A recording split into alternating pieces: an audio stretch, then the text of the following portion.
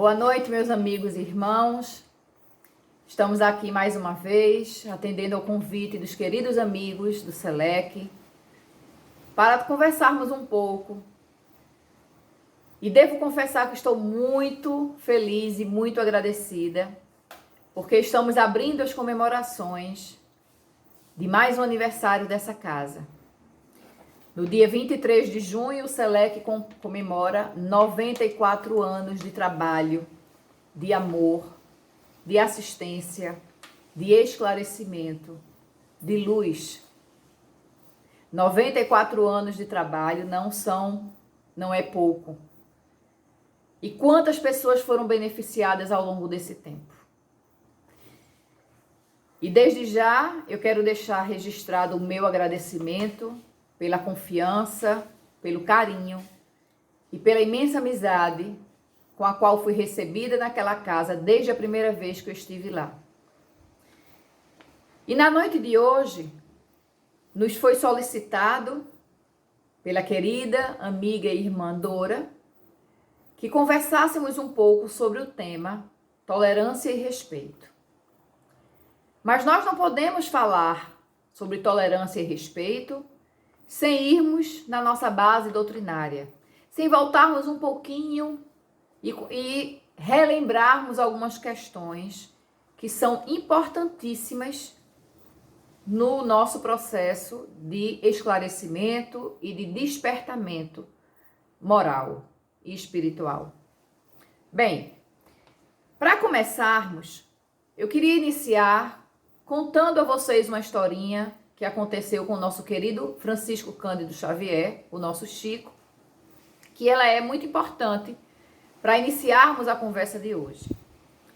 Certa vez perguntaram a Chico qual a importância do Evangelho de Jesus para a humanidade. E Chico respondeu, abre aspas, creio que a importância do Evangelho de Jesus em nossa evolução espiritual é semelhante ao sol na sustentação de nossa vida física. Chico comparou a importância do Evangelho ao sol. Nós sabemos que a vida no planeta Terra não seria essa vida que a gente conhece se não existisse o sol, a nos dar luz, calor, e através dessa luz e desse calor, favorecer a vida tal qual nós conhecemos. Então, quando o Chico faz essa relação, mostra-nos que o sol está para a vida física,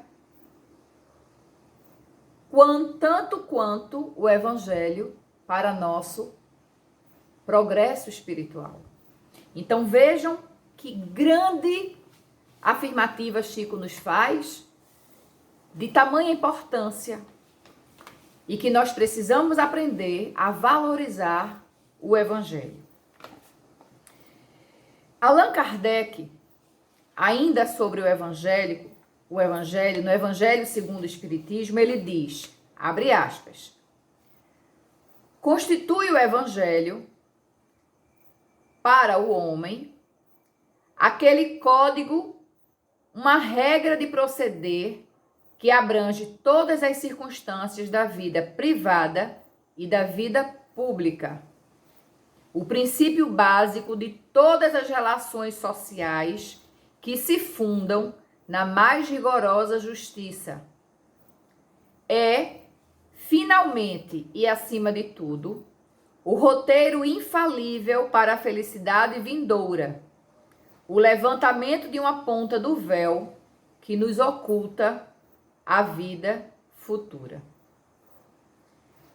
No Evangelho, nós encontramos todas as diretrizes necessárias para o nosso aperfeiçoamento moral. Quando estamos atravessando um momento de dificuldade, se formos no Evangelho, vamos encontrar uma resposta. Não tem dúvidas disso. O Evangelho é todo o roteiro moral que precisamos seguir. E aqui, Allan Kardec, ele é muito feliz quando ele diz que é uma regra de proceder que abrange todas as circunstâncias da vida privada e da vida pública, ou seja, na minha intimidade e em sociedade, na convivência com o outro. Princípio básico de todas as relações sociais que se fundam na mais rigorosa justiça. Porque nós sabemos que, acima de tudo, Deus é justo. Aquilo que nós vivenciamos por uma necessidade nossa, não é? Só que Allan Kardec, ele vai um pouquinho além, quando ele nos afirma que fora da caridade não há salvação. E aí a gente precisa entender o que é salvação. Com todo respeito a outras crenças, há aqueles que acreditam no sofrimento eterno, no inferno, né? Como uma coisa definitiva. A salvação para a gente é o deixar de sofrer por nossas escolhas equivocadas. Estaremos salvos quando estivermos perfeitos, quando tivermos concluído o nosso progresso espiritual. Porque à medida que nós fazemos escolhas equivocadas, essas escolhas equivocadas geram consequências, geram dores e sofrimentos, e enquanto houver a dor, o sofrimento e as escolhas equivocadas, nós estaremos ainda em busca dessa salvação. E o que é a caridade? Lembrem-se, fora da caridade não há salvação. A caridade é doação, a caridade é beneficência, é benevolência, é um pouquinho de cada um. A doação, quando falamos em doação, muitas vezes o nosso pensamento direciona para a doação material. É uma forma de caridade tão importante, porque muitos dos nossos irmãos passam por situações realmente de privação imensa, profunda. Mas a doação, ela também pode ser a doação de nós mesmos, a doação do nosso tempo, através de um trabalho voluntário, através de uma campanha do quilo. Quando eu dou de mim ou do meu tempo para beneficiar alguém. Quando eu me inscrevo para ter umas horinhas na semana para fazer uma visita no Hospital do Câncer e levar alento àqueles irmãos que estão sofrendo. Ou fazer uma visita a uma casa de idosos que muitos já não têm família ou foram abandonados por suas famílias e ficam tão felizes quando alguém chega para visitá-los. Eu estou doando de mim mesmo. Há quem diga, Ida, eu vivo com tão pouco, com tanto sacrifício, minha vida é tão difícil que eu não tenho o que dar. Essa é a visão materialista. É a visão da beneficência. Porque a beneficência é essa que você faz da doação material. É quando você doa dinheiro, roupa, sapato, comida. Essa é a beneficência. Quando você leva alguém e doa um atendimento médico, um remédio, isso é beneficência. Mas ninguém é tão pobre que não tem o que dar. Porque existe a maior de todas as caridades, que é a benevolência. E ela se faz presente quando nós nos propomos a ouvir um amigo que precisa desabafar. Quando nós visitamos alguém que nós estamos sem encontrar, nos preocupamos e vamos lá saber o que aconteceu. Quando seguramos a mão de alguém e atravessamos a rua. Quando encontramos alguém triste no meio da rua e damos um sorriso. ou simplesmente um abraço acolhedor e reconfortante. Muitas vezes, as pessoas se encontram numa tempestade íntima tão grande que não querem nem ouvir e nem falar. Querem apenas se sentir protegidas, seguras, se sentir aconchegadas. E um abraço, ele é capaz de curar profundas e imensas feridas. Então, hoje, a gente não pode mais dizer, com o conhecimento que nós temos, que não temos condições de praticar a caridade porque o que temos nem nos basta. Fazemos a benevolência também quando calamos na vontade de dar aquela resposta desaforada àquele insulto que acabamos de receber. É uma forma de benevolência. Mas existe uma outra definição para a caridade, que é caridade é amor em movimento. É o amor em ação. E tudo na vida é ação. Tudo a vida nos pede movimento. Já ouviram dizer que água parada cria lodo? Precisamos de estar sempre em movimento para termos saúde física e mental. Amor em movimento é trabalho no bem. Trabalho no bem é aquele que eu faço pelo outro, para beneficiar alguém e, de preferência, sem nenhuma recompensa para mim. E eu não posso realizar nenhum trabalho no bem sem tolerância e sem respeito ao outro e a mim mesmo. Aí a gente está chegando no tema propriamente. Mas vejam como é importante a gente recapitular um pouco os conhecimentos que nós temos acerca do Evangelho e da doutrina espírita. Não é? Tudo está interligado, gente. Não tem nada solto. Uma coisa não é única. Ela está sempre relacionando-se com outra. Então, como é que eu vou atender a caridade? Como é que eu vou fazer um trabalho no bem sem tolerância? Sem respeito pelo outro e por mim mesmo. Vamos avaliar isso.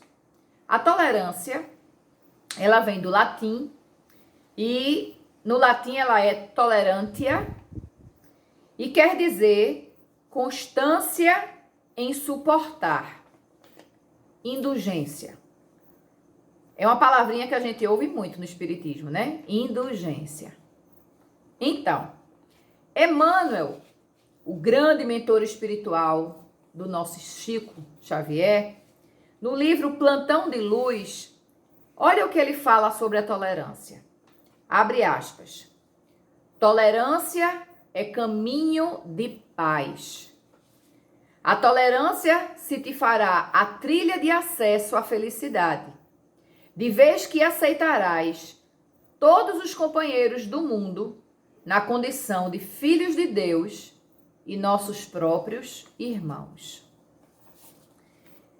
Emmanuel foi muito feliz quando ele começa dizendo que tolerância é caminho de paz. Porque a pessoa intolerante, ela está em constante agitação, insatisfação. Porque ele está sempre preocupado com a atitude do outro. E se a atitude do outro não é aquela que o intolerante espera, vai tirar a paz dele, vai deixá-lo enervado. Então, a tolerância é caminho de paz. Fantástico a forma como Emmanuel coloca essa frase.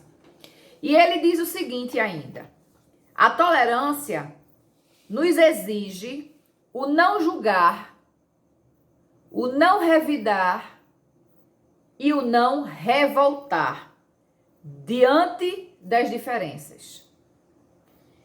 Isso acontece no início, quando estamos exercitando, aprendendo a ser tolerantes. E nesse momento, A gente pode dizer que tolerância está relacionado com suportar. Eu não gosto muito da palavra suportar, porque mostra assim um limite. Mas no início é assim, porque todas essas virtudes que nós buscamos conquistar, a sementinha delas já veio conosco. A centelha divina colocada em cada um de nós traz consigo todas essas virtudes. Mas cabe a nós alimentá-las, desenvolvê-las e fazer por onde elas desenvolvam e se estabeleçam dentro da nossa intimidade. E quando a gente consegue passar por essa fase do suportar, a gente passa a utilizar a tolerância com tranquilidade, com calma, com prudência, com abnegação, com humildade. Porque a partir desse momento, a gente entende que somos todos, como disse Emmanuel na mensagem do livro Plantão de Paz, somos todos filhos de Deus e irmãos. Estamos no mesmo caminho evolutivo. Deus, quando nos criou, nos fez simples e ignorantes. Nos ofereceu as mesmas ferramentas de progresso espiritual e moral. Não há privilégios nos planos divinos. Não há. Ele não vira para determinado grupo de espíritos e diz: vocês serão privilegiados com determinadas ferramentas ou com determinados dotes ou dons ou talentos, usando termos evangélicos. Não. Ele nos dá a todos igualmente. Contudo, é levado em consideração também as nossas necessidades e os nossos merecimentos. Esses merecimentos acontecem mediante o nosso esforço em alcançar o nosso aprimoramento espiritual. À medida que vamos evoluindo, vamos conquistando, vamos dizer assim, oportunidades de evoluirmos mais rápido. Porque o nosso esforço está nos conduzindo a isso. Não é privilégio, é merecimento. E aí a gente chega na questão do respeito. Falamos um pouquinho sobre a tolerância.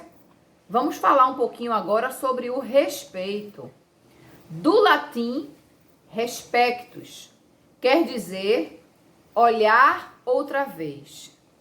E tem uma nota que diz assim: algo que merece o segundo olhar é algo digno de apreço. Respeito também é consideração e deferência. Vejam bem, o respeito, ele não é sinônimo de conivência. Isso pode ser, talvez, um dos grandes fatores de conflitos familiares, de conflitos sociais, né? De uma forma geral, entre amigos, irmãos e adversários e familiares, porque o entendimento do respeito é muito sutil. Eu respeitar a decisão e a opinião de alguém não quer dizer que eu concorde com a escolha que o outro está fazendo. Quer dizer que eu respeito a liberdade dele de seguir o caminho que ele acha que lhe convém, que lhe acha mais apropriado. Então, respeitar é deixar livre o uso da liberdade de escolha, que é o nosso livre-arbítrio. Gente, Deus não nos respeita? Deus é nosso Pai, é nosso Criador. Poderia ter nos feito um exército de seres humanos perfeitos. Talvez fosse bem mais fácil para ele. A gente ia dar bem menos trabalho, com toda certeza. Mas ele entende que nós não teríamos mérito se fôssemos criados perfeitos. O que é que a gente ia fazer? Qual era a conquista que a gente ia alcançar? Se já fomos feitos perfeitos, não é? Então Deus nos fez simples e ignorantes, nos deu as ferramentas e disse: constrói o teu caminho. E é isso que nós vimos fazendo. Por mais que nós façamos escolhas equivocadas e fazemos muitas, uns mais do que outros, Deus nos respeita. Ele, como Deus, ele poderia, naquele determinado momento, inibir a ação. Mas ele não faz. Se ele respeita as nossas escolhas, os caminhos que nós vamos seguir, que nós elegemos, ainda que equivocados, quem somos nós para não respeitarmos a escolha do outro? Essa é uma reflexão que nós precisamos fazer. A tolerância e o respeito, nós encontramos a tolerância e o respeito nos ensinamentos e nos exemplos de Jesus. Vejam que coisa linda. Por que foi que Jesus, o mestre nazareno, o maior espírito que já pisou o nosso planeta, o governador do nosso orbe, por que é que Jesus colocou como um dos maiores e principais mandamentos o amai ao próximo como a si mesmo? Jesus conhece a natureza íntima de cada um de nós. Sabe o quão egoístas ainda somos. O quão orgulhosos ainda somos. Então, colocar como mandamento amai ao próximo como a si mesmo, teoricamente, deveria ser muito fácil. Eu só vou fazer para o outro aquilo que eu quero que me seja feito. Infelizmente, não é sempre que agimos assim. Porque o nosso orgulho, o nosso egoísmo, ainda nubla a nossa visão, dificultando com que a gente enxergue as coisas dessa forma clara. Mas Jesus, ele vai além. Ele diz pra gente, além de amarmos ao próximo como a nós mesmos, ele diz assim: amai-vos como eu vos amei. Aí o bicho pega. Porque como foi que Jesus nos amou? Jesus nos amou sem nenhuma exigência. Nenhuma. Ele nos amou simplesmente para nos ajudar e para seguir nos amando. Jesus não criou nenhuma condição. Eu só vou te amar se você fizer assim ou assado. Não. E tem mais. Mesmo aqueles que foram ajudados pelo Mestre, sendo curados de suas moléstias, de suas enfermidades, e saíram de lá e continuaram com seus comportamentos equivocados, Jesus nem desfez o bem que foi feito, nem deixou de fazer. Jesus não desacreditou na humanidade por causa de alguns comportamentos equivocados. Porque Jesus sabe que nós somos espíritos em processo evolutivo. E em sendo espíritos em processo evolutivo, é muito fácil para a gente cometer o equívoco, o erro. Então é fundamental que a gente lembre do convite que o Mestre nos fez. Amai-vos uns aos outros, como eu vos amei. Amai o vosso próximo, como a si mesmo. Quando a gente pensa dessa forma, a gente começa a enxergar o outro com mais tolerância e com mais respeito. Porque, ora, se eu sei que eu sou imperfeita, que eu cometo erros, e na hora que eu cometo erros, que eu me conscientizo desses enganos, eu quero ser perdoada, eu quero que as pessoas esqueçam o mal cometido, assim eu tenho que agir com o outro. Na hora que for eu a magoada, eu tenho que perdoar. Na hora que a dor me visitar pela atitude de um irmão, sou eu quem tenho que esquecer a ofensa. Então, é uma via de mão dupla. Aquilo que eu quero para mim, eu tenho a obrigação de oferecer ao outro, segundo a orientação e convite do nosso Mestre Jesus. Emmanuel, no livro Seara dos Médiuns, diz o seguinte: tanto na mensagem do Evangelho, quanto na mensagem do Espiritismo, o que prevalece, acima de tudo, é a responsabilidade para cada um de nós. Responsabilidade de sentir e pensar, de falar e fazer.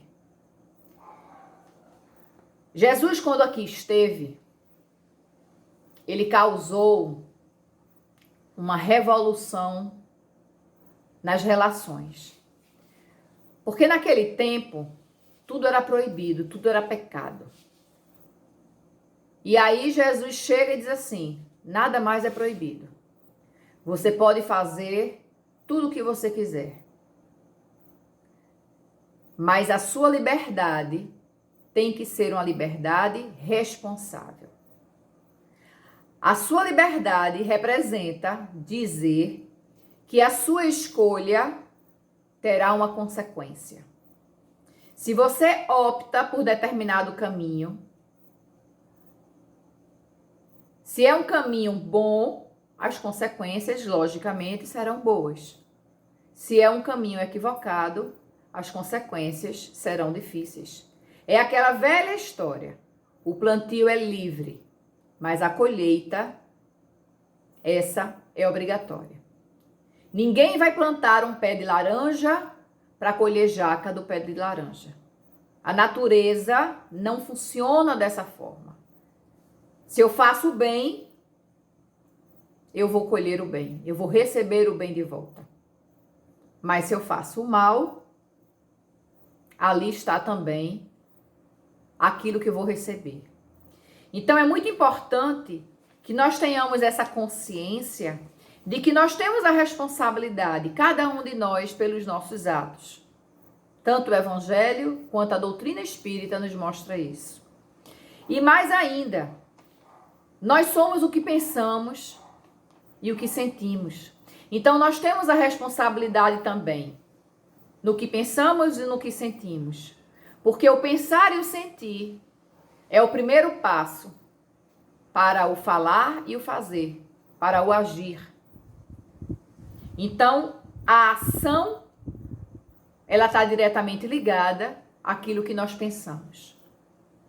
O orai e vigiai é uma afirmativa, é uma orientação importantíssima para cada um de nós. A partir do momento que vigiarmos os nossos pensamentos e educarmos os nossos sentimentos, com toda certeza, as nossas ações serão melhores. Seremos mais tolerantes. Seremos mais respeitosos uns com os outros. Porque queremos ser respeitados e queremos que nos tolerem. No resumo de tudo, gente, o que nós precisamos verdadeiramente é amarmos mais. Observem que toda a lei que Jesus nos trouxe é a lei do amor. Porque caridade é o amor em movimento. Porque quando nós perdoamos, nós estamos amando. Quando nós esquecemos o mal que nos foi feito, nós estamos amando. Quando nós amparamos e assistimos alguém numa necessidade material ou moral, nós também estamos amando. Quando nós não revidamos o mal que nos foi feito, isso é amor. E eu queria contar para vocês uma breve história sobre o amor, que diz que um jovem, bem jovem, resolveu que queria seguir uma religião.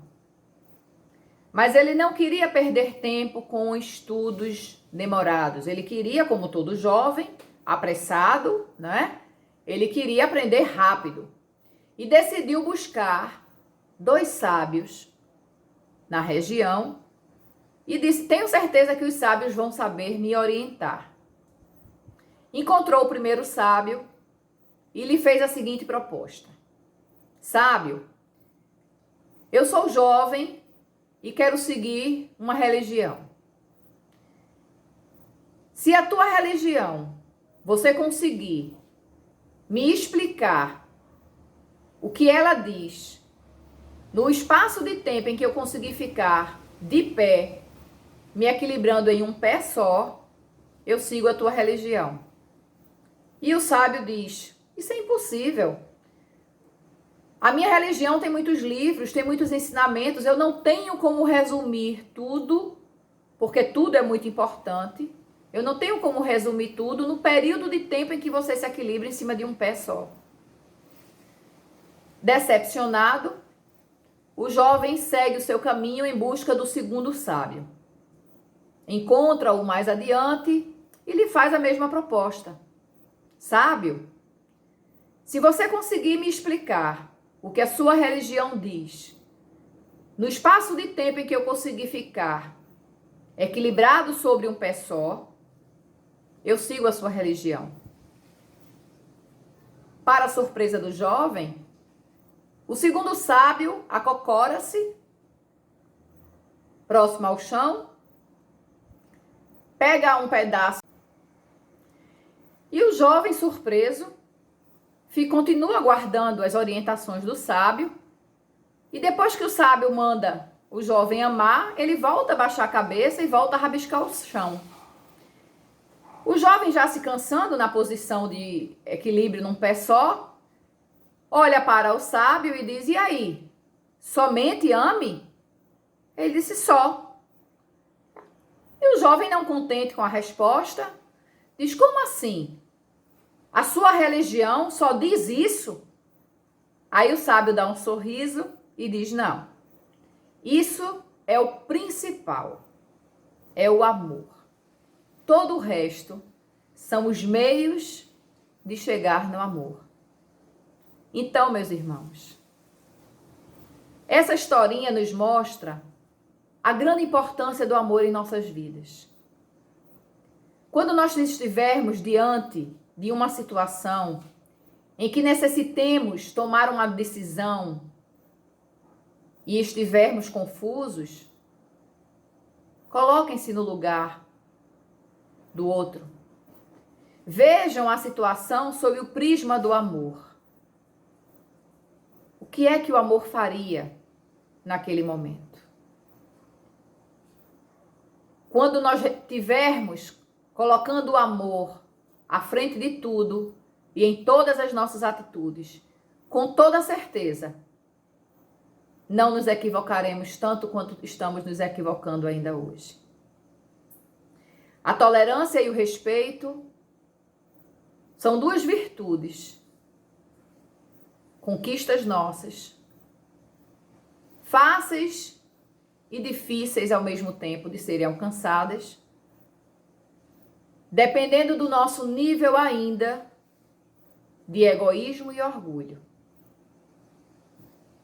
Os tempos são chamados para a transformação íntima de cada um de nós. Não podemos continuar sendo o homem velho de antigamente. É o momento de permitirmos que o homem novo floresça em nossa intimidade. Para isso, temos a orientação dos amigos da espiritualidade. Temos Jesus como nosso guia e modelo. Temos o Evangelho, ao qual podemos consultar a qualquer instante. E temos principalmente a nossa consciência, que ela nos aponta o caminho que devemos seguir. Se formos pelo caminho do amor, tenham certeza, acertaremos sempre. Mais uma vez, quero deixar o meu imenso agradecimento a todos do SELEC, desejar a essa casa e a cada um dos trabalhadores o meu imenso abraço, por enquanto virtual, né? Mas caloroso, carinhoso, como sempre. O meu desejo de que essa casa permaneça realizando os trabalhos de assistência, tanto no plano espiritual quanto no plano físico, por muitos e muitos anos, porque ainda temos grande necessidade dessa orientação e dessa assistência. Obrigada, meus amigos, por essa oportunidade. Que vocês possam ter material suficiente para boas e profundas reflexões através da nossa conversa de hoje. Feliz aniversário ao SELEC e a todos os trabalhadores. Um beijo imenso no coração de cada um de vocês. Que Deus os abençoe hoje, amanhã e sempre. Um beijo.